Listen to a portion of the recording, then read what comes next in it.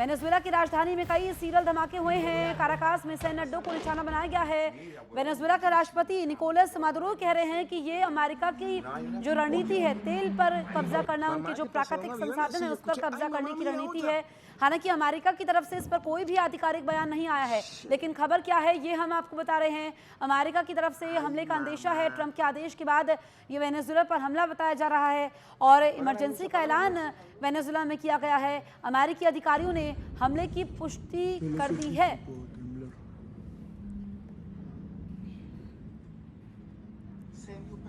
Mamá, que pasaron aviones y yo escuché, ay mamá, mira otra.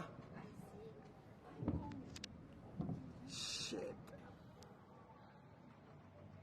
Ay mamá. Apaga las luces, apaga las luces. तो युद्ध का सिलसिला शुरू हो चुका है। America versus Venezuela. वेनेजुएला की राजधानी में सीरियल धमाके हुए हैं। देखिए, जंग की नई चिंगारी है क्योंकि वेनेजुएला में इमरजेंसी का ऐलान किया गया है। वेनेजुएला के सैन्य अड्डों को निशाना बनाया गया है। कई इमारतें वेनेजुएला में खंडर में तब्दील हो चुकी है। सीरियल धमाके हुए हैं। अमेरिका ने वेनेजुएला पर हमला किया है। ट्रंप के आदेश के बाद वेनेजुएला पर हमला हुआ है। Ay, mamá. Apaga las luces, apaga las luces. Yo no soy tipo puedo temblar.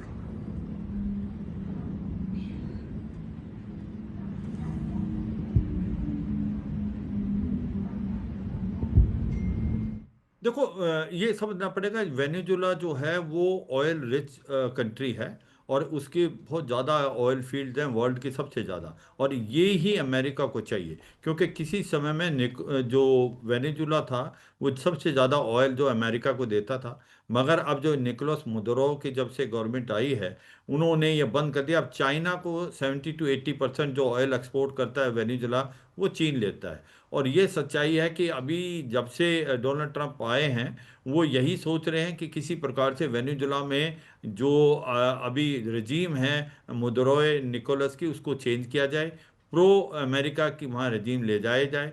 इसको मद्देनजर रखते हुए ये कार्रवाई हो रही है। और जिस प्रकार से उन्होंने अपने यूएसएस फोर्ड को लगा दिया है, वारशिप लगा दिए हैं, फ्रिगेट लगा दी हैं, उसके ऊपर हमला एक प्रकार से अटैक हेप्टर से और ड्रोन से किया है इन्होंने।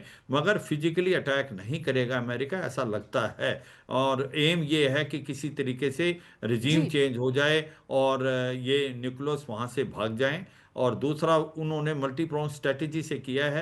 उन्होंने सीआईए के एजेंट्स और सबोटार्स भी डाल दिए हैं। बोला जा रहा है कि नारकोटिक्स के खिलाफ ये युद्ध है, तो दरअसल ये नारकोटिक्स के खिलाफ युद्ध नहीं है, ये खालिस जियोपॉलिटिक्स है। चाइना के साथ में नज़दीकियां हैं वेनेजुएला की, और वो किसी भी हालत में अमेरिका को स्वीकारने नहीं है। जब से ये निकोलस राष्ट्रपति बने हैं तब से ये चाइनीज कैंप की तरफ लीन कर रहे हैं, और बेसिकली यही कारण है कि इनकी सत्ता को बदली करना है, और उसके लिए इन्होंने वॉरशिप्स लगाए हैं और ड्रग्स का बहाना लिया गया है। ड्रग्स को एक नार्को टेररिज्म और वॉर के श्रेणी में रखा गया है। गेरार्ड फोर्ड जो कि एक सबसे बड़ा जंगी जहाज है, उनका एयरक्राफ्ट कैरियर, उसके ऊपर सेलर्स को एड्रेस किया डोनाल्ड ट्रंप ने। उन्होंने बोला कि you are living in interesting times and we'll go for the land. So we'll go for the land मतलब कि ये एक हमले की डायरेक्ट घोषणा थी। अपने जी। जवानों का हौसला बढ़ाते हुए उन्होंने ऐसा कहा, और उसी को उन्होंने सरअंजाम दे दिया है। अभी फिलहाल वेनेजुएला के अंदर Venezuelan arm forces high alert पे हैं। अगर अमेरिकन फुट ऑन ग्राउंड करते हैं, बूट्स ऑन ग्राउंड करते हैं, तो उनको बहुत भारी रेजिस्टेंस का सामना करना पड़ेगा। मुझे नहीं लगता कि वो ऐसा करेंगे, लेकिन बमबारी जो है और शिद्दत पकड़ेगी। आइडिया रिजीम चेंज का है। ये जो अमेरिका 3-4 महीने से इसकी तैयारी कर रहा था कि उसकी मल्टी प्रोंग स्ट्रेटेजी, जैसे मैं बता रहा था कि चारों तरफ से घेरना, प्रेशर डालना, यूएसएस फोर्ड लगाना और अपने ड्रोन वगैरह से हमला करना।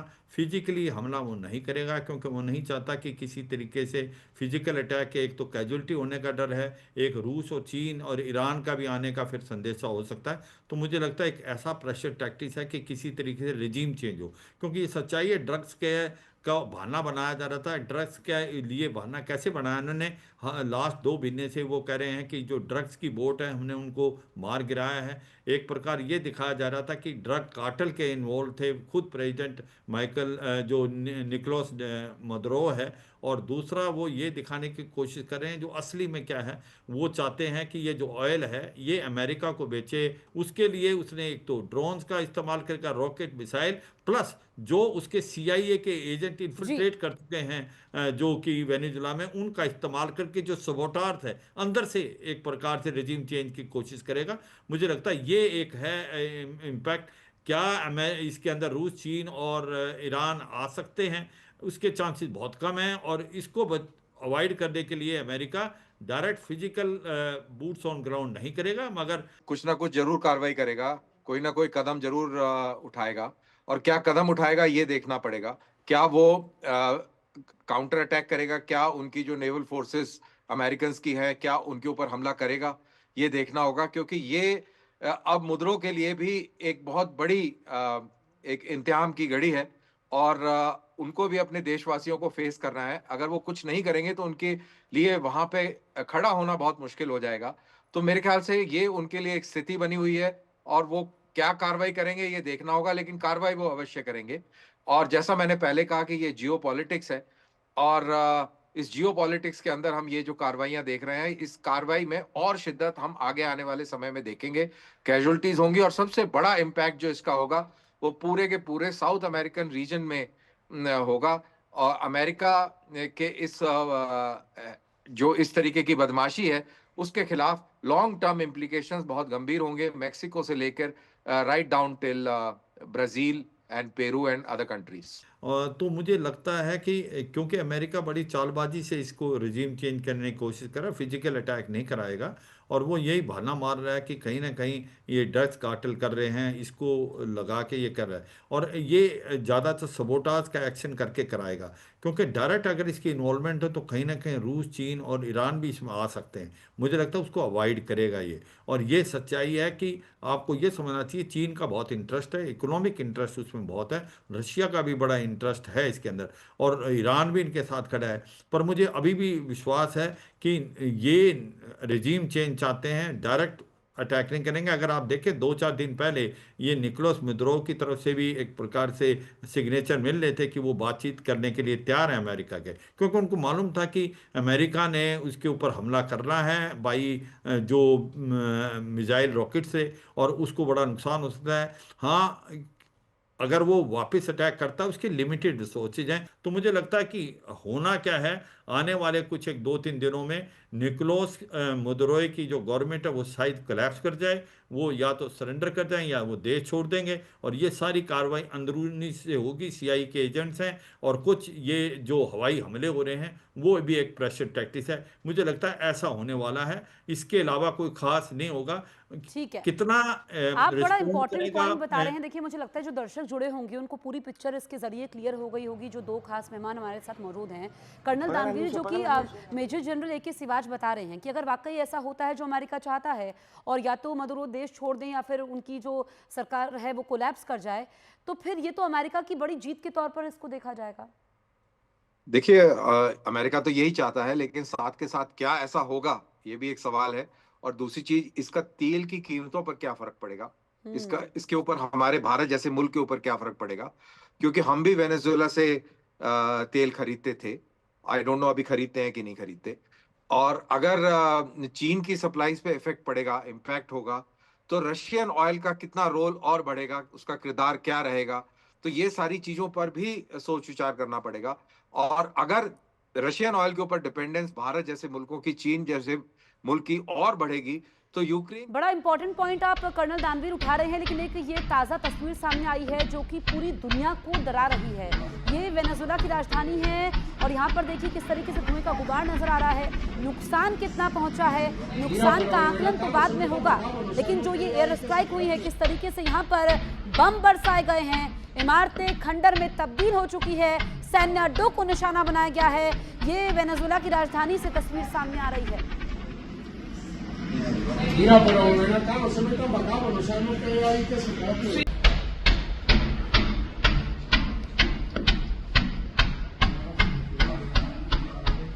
तो कर्नल दानवीर, आप अपनी बात पूरी कीजिए। इंपॉर्टेंट पॉइंट आप उठा रहे थे, क्योंकि भारत के लिहाज से अगर हम देखा जाए तो कितना असर होगा। हाँ, देखिए वही मैं कह रहा हूँ कि अगर हम तेल उसे अभी भी आयात करते हैं तो जरूर उसका इम्पैक्ट पड़ेगा, दुनिया के ऊपर पड़ेगा। तेल की कीमतों पर इम्पैक्ट पड़ेगा, क्योंकि वेनेजुएला एक बहुत बड़ा ऑयल प्रोड्यूसिंग कंट्री है। और अगर वहां पर इस तरीके की कार्रवाई होती है, जाहिर सी बात है कि एक्सपोर्ट इंपोर्ट की कार्रवाइयां ठप हो जाएंगी। और हमने पहले देखा कि उन्होंने अमेरिकन ने वहां पर एक ऑयल टैंकर को भी सीज किया था। तो बेसिकली ये सारा खेल ऑयल का है, सारा खेल जियो पॉलिटिक्स का है। इसके अंदर चाइनीज इंटरेस्ट भी शामिल है। और जैसा कि आपने पहले बताया कि जनरल साहब ने बताया कि यहाँ पर Chinese drones, correction, Iranian drones भी हैं इनकी फौज के पास में। तो कहीं ना कहीं अमेरिका बिल्कुल खुश नहीं है। अमेरिका किसी भी हालत में नहीं चाहेगा, और कभी भी नहीं चाहा उसने, कि जो उसके साथ वाले, जो साथ नहीं खड़ी हैं पावर्स, उनका वर्चस्व इस इलाके में बढ़े। चाहे वो चीन हो, चाहे वो रूस हो। Way back in the Cuban crisis हमने देखा। तो अमेरिका कभी भी नहीं चाहेगा कि उसकी डोर स्टेप पर खतरा ऐसा डेवलप हो, बने। उससे पहले ही वो चीज को खत्म करने के प्रयास करता है। और उसी के तहत हमने ये देख रहे हैं कि हम ये बमबारी देख रहे हैं। और मुद्रो की जो सरकार है ये जाएगी, और मेरे ख्याल से जाने वाली है, क्योंकि ये प्रेशर टैक्टिक्स कामयाब होगी। क्योंकि मुद्रो ने भी संकेत दिए थे कि मैं बातचीत के लिए, वार्ता के लिए तैयार हूं। और कहीं ना कहीं वो भी एक एस्केप रूट ढूंढ रहा है। और अब इससे और प्रेशर पड़ेगा, आवाम का प्रेशर पड़ेगा, फौज का प्रेशर पड़ेगा, और बाकी प्रेशर मुद्रों के ऊपर बढ़ेगा कि भाई तुम्हारी वजह से हम सबको नुकसान उठाना पड़ रहा है, तो तुम जाओ। तो अब ठीक है, तुम जाओ वाली स्थिति जो है पैदा होगी। ठीक है। तो ए के सिवाच, जो कि कर्नल दानवीर कह रहे हैं, अब छोटा सा कमेंट कि बिल्कुल वेनेजुएला चुप बैठेगा जल्दी से। बिल्कुल, देखो ये जो अभी दानवीर साहब ने एनालिसिस किया बिल्कुल ठीक है, और ये सच्चाई है कि ये समझना पड़ेगा कि वेनेजुला बहुत क्लोज है अमेरिका के। अमेरिका अपने बैकयार्ड पे कभी भी चाइना का इन्फ्लुएंस नहीं। जहाँ बात आती थी इंडिया की, 2023-24 में हम 50,000 बैरल लेते थे, 1.5% ऑफ आर इम्पोर्ट। मगर 2025 में हम वहाँ से ऑयल लेना बंद कर दिया, क्योंकि रिलायंस रिफाइन लेती, क्योंकि वहाँ पर 25% टैरिफ लगा दिए, इकोनॉमिक सैंक्शन लगा दिए अमेरिका ने, तो भारत ने भी बंद कर दिया। ये सच्चाई है। ये अगर लड़ाई बढ़ती है तो इसके अंदर जो ऑयल के रेट्स हैं पूरे वर्ल्ड में बढ़ने के चांसेस हैं, क्योंकि ये सबसे ज़्यादा ऑयल प्रोड्यूस करता है, और इसका चीन लेता है 70 से 80%, जो एक्सपोर्ट करता है वेनेजुला।